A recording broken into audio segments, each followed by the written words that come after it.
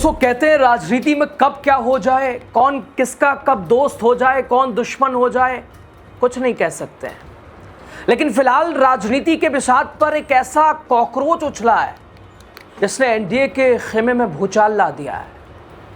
Gujarat lobby से लेकर दिल्ली के सत्ता के गलियारों तक इन कॉकरोचों ने हड़कंप मचा दिया है। सवाल ये कि क्या कॉकरोच जनता पार्टी ने मोदी सरकार की उल्टी गिनती शुरू कर दी है? और इतना ही नहीं, सरकार की सबसे बड़ी बैसाखी चंद्रबाबू नायडू की पार्टी ने भी बीजेपी को कैसे कॉकरोच जनता पार्टी मामले पर आईना दिखा दिया है। दोस्तों, बीजेपी जिसे पाकिस्तानी साजिश बताकर बैन कर रही थी, उसी मुद्दे पर नायडू की पार्टी ने सरकार के साथ खड़े होने से इनकार कर दिया है। और इधर एक और खबर जिसने भूचाल ला दिया है, 1 साल में मोदी सरकार गिरने वाली है। तो क्या युवाओं का गुस्सा अब सत्ता के सिंहासन को हिला रहा है? बताते हैं आपको, लास्ट तक बने रहिए। स्वागत है आपका, राजनीति का खास सेगमेंट देख रहे हैं, मैं हूं यासूब रजा। दोस्तों, कुछ तो ऐसा लग रहा है कि कॉकरोच जनता पार्टी ने भारतीय जनता पार्टी के लिए मुसीबत एक के बाद एक कई बड़ी खड़ी कर दी है। और मोदी सरकार ने कॉकरोच जनता पार्टी के इंस्टाग्राम से लेकर एक्स अकाउंट को राष्ट्रीय सुरक्षा का हवाला देकर बंद कर दिया। लगातार हंटर चल रहा है। लेकिन दोस्तों, मोदी सरकार क्या अपने ही गठबंधन के 16 सांसदों वाली पार्टी सबसे बड़ी बैसाखी अपनी उसे क्या संभाल पा रही है? देखिए खबर दोस्तों, युवाओं को हल्के में नहीं ले सकते।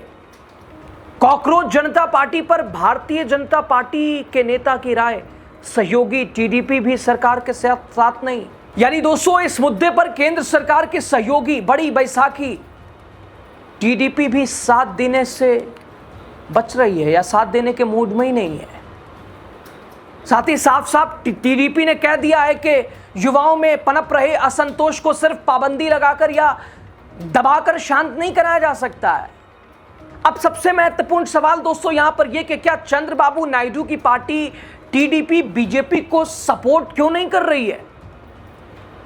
दरअसल दोस्तों, हुआ यह कि भारतीय जनता पार्टी के तमाम बड़े नेता कॉकरोच जनता पार्टी के पीछे पाकिस्तान का हाथ बताने लगे। अब देखिए, बीजेपी सांसद निशिकांत दुबे ने कॉकरोच जनता पार्टी मूवमेंट को राष्ट्रीय सुरक्षा के लिए खतरा बताया। कहा कि इसके पीछे विदेशी ताकतों की भूमिका हो सकती है। और वहीं पूर्व केंद्रीय मंत्री और केरल बीजेपी के अध्यक्ष राजीव चंद्रशेखर ने इसे कोऑर्डिनेटेड इन्फ्लुएंस ऑपरेशन करार दिया। उन्होंने कहा कि इस अभियान में संगठित तरीके से काम होने के संकेत दिखाई देते हैं। हालांकि उन्होंने ये भी माना कि देश के युवाओं में असंतोष वास्तविक है। बीजेपी नेता और केंद्रीय मंत्री सुकांत मजमूदार ने भी आरोप लगाया कि सीजीपी प्लेटफॉर्म पर पाकिस्तान से काफ़ी ज़्यादा जुड़ाव है। उन्होंने दावा किया कि सोशल मीडिया पर कॉकरोच जनता पार्टी ने 49% फॉलोअर्स पाकिस्तान के हैं, जबकि सिर्फ 9% भारत से हैं। लेकिन दोस्तों, ये भारतीय जनता पार्टी के आरोप उन्हीं पर उल्टा पड़ गए। एक तरफ तो कॉकरोच जनता पार्टी के फाउंडर अभिजीत दीपके ने सबूतों के साथ बीजेपी को मुंहतोड़ जवाब दिया और सारे आरोपों को बेनकाब कर दिया। सबूत देखिए आप। तो देखा दोस्तों आपने, बीजेपी ने कहा 9% भारत के हैं, या आप खुद देख लीजिए 94% भारत के लोग जुड़े हैं, फॉलोअर्स हैं। इधर अभिजीत दीपके ने कहा कि एक्स पर ऑडियंस एनालिटिक्स का एक स्क्रीनशॉट शेयर किया, आरोपों का जवाब दिया। उन्होंने कहा कि हमारी ऑडियंस डेमोग्राफिक की स्क्रीन रिकॉर्डिंग है, जिसने हमें अपना अकाउंट हैक होने से पहले मीडिया के साथ इसे शेयर किया था। इधर दोस्तों दूसरी तरफ टीडीपी ही भाजपा के खिलाफ खड़ी नजर आ रही है। देखिए, यानी दोस्तों भारतीय जनता पार्टी के सहयोगी दल इस मामले में ज्यादा सतर्क है। टीडीपी ने भी सीजेपी के हैंडल पर प्रतिबंध लगाने की कोशिश को बिल्कुल ही नकारात्मक नजर से देखा। टीडीपी संसदीय दल के नेता लाऊ कृष्णा ने इंडियन एक्सप्रेस को बताया कि युवा मुख्यधारा के मीडिया और यहाँ तक कि फेसबुक जैसे प्लेटफॉर्म से हटकर जानकारी हासिल करने के लिए सोशल मीडिया के नए रूपों की ओर देख रहे हैं। युवा लोग अलग अलग स्रोतों से जानकारी प्राप्त करते हैं। तमिलनाडु में विजय की जीत ने हमें यही तो सिखाया है। यानी दोस्तों, लगातार युवाओं की नाराजगी, पेपर लीक और तमाम बड़ी कमियां उसे लेकर भी सहयोगी दलों के विचार अलग अलग हैं। लेकिन निश्चित तौर पर बीजेपी और बीजेपी के नेता तो जस्टिफाई करेंगे ही, लेकिन सहयोगी वो तो कहीं ना कहीं खिंचाई तो करेंगे, या हर मामले पे थोड़ी ना साथ खड़े रहेंगे। इधर दोस्तों राहुल गांधी का एक ट्वीट देखिए, अभी का है। कह रहे हैं मोदी प्रधान की जोड़ी ने एक और संस्था को धांधली का प्रतीक बना दिया है। दशकों में पहली बार सीबीएसई बोर्ड परीक्षा पर इतने गंभीर सवाल उठे हैं। 18.5 लाख बच्चों ने परीक्षा दी है और एक हफ्ते से ओएसएम गलत मार्किंग और जांच की गड़बड़ी की शिकायतें अनसुनी पड़ी हैं और शिक्षा मंत्री अपनी कुर्सी से चिपके हुए हैं। एक 17 साल का बच्चा जिसकी कॉपी गलत जांची गई, न्याय की उम्मीद में सोशल मीडिया पर आया, मगर उसे मदद नहीं मिली, गालियां मिली। बीजेपी के आईटी सेल ने उसे एंटी नेशनल कहा, सरोस का एजेंट कहा, डीप स्टेट का हिस्सा कहा। एक 17 साल का बच्चा अपने भविष्य के लिए आवाज उठाता है और ये बीजेपी उसे देशद्रोही बना देती है। सच ये है कि मोदी सरकार युवाओं और जेनजी से डरती है, क्योंकि वो अब सवाल पूछते रहे, वो अब सवाल पूछ रहे हैं और जो सवाल पूछे उसे ये सरकार बदनाम करती है, डराती है, कुचलती है। पर सुन लीजिए मोदी जी, ये वही युवा, वही जेनजी आपका अहंकार तोड़ेगा। इधर दोस्तों बीते दिन का जख्म तो अभी राहुल गांधी ने जो दिया है वो भी भरा नहीं है। बढ़ती महंगाई, बेरोजगारी और आर्थिक असंतोष के चलते प्रधानमंत्री नरेंद्र मोदी की सरकार अगले 1 साल के भीतर गिर जाएगी।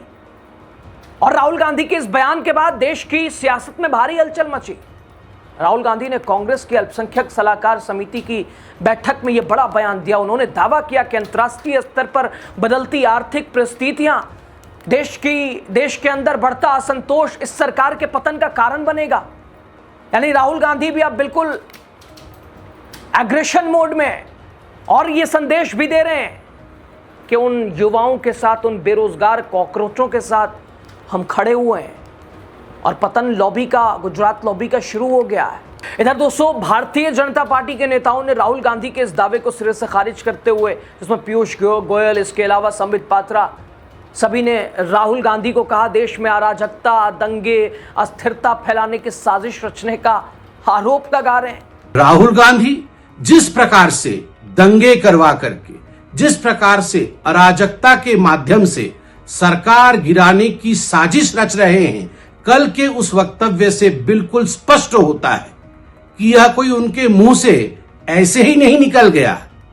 कहीं ना कहीं राहुल गांधी और उनके आका माने सोरोस और जो फॉरेन की कंपनियां हैं, जहां ये 60 करोड़ रुपए खर्च करके 54 देशों में गए थे, इन सब आकाओं के साथ बैठ करके भारत में लोकतंत्र को कैसे समाप्त करना है, भारत में अराजकता कैसी लानी है, उसकी जो प्लानिंग हुई थी, उस प्लानिंग का कहीं ना कहीं कल लीकेज हुआ है राहुल गांधी के इस वक्तव्य से। भारत की जनता बुद्धिमान है, भारत की जनता के अंदर एक आध्यात्मिक चेतना है। भारत की जनता को भड़का करके आप दंगे करवा देंगे? नहीं राहुल जी, बंगाल में, आसाम में क्या हुआ आपने देखा है। भारत में संविधान चलती है और भारत में लोकतंत्र की जीत होती है।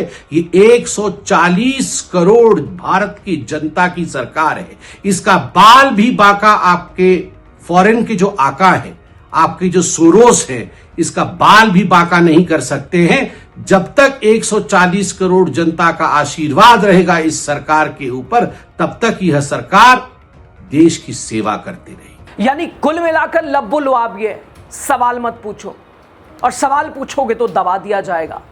लेकिन फिलहाल उधर टीडीपी ने भी ये कह दिया है कि भाई युवाओं की भी अपनी अलग सोच या फिर उनके अपने स्टैंड होते हैं, और ये कहते हुए कि हर बार हम समर्थन हर चीज पे थोड़ी ना देंगे।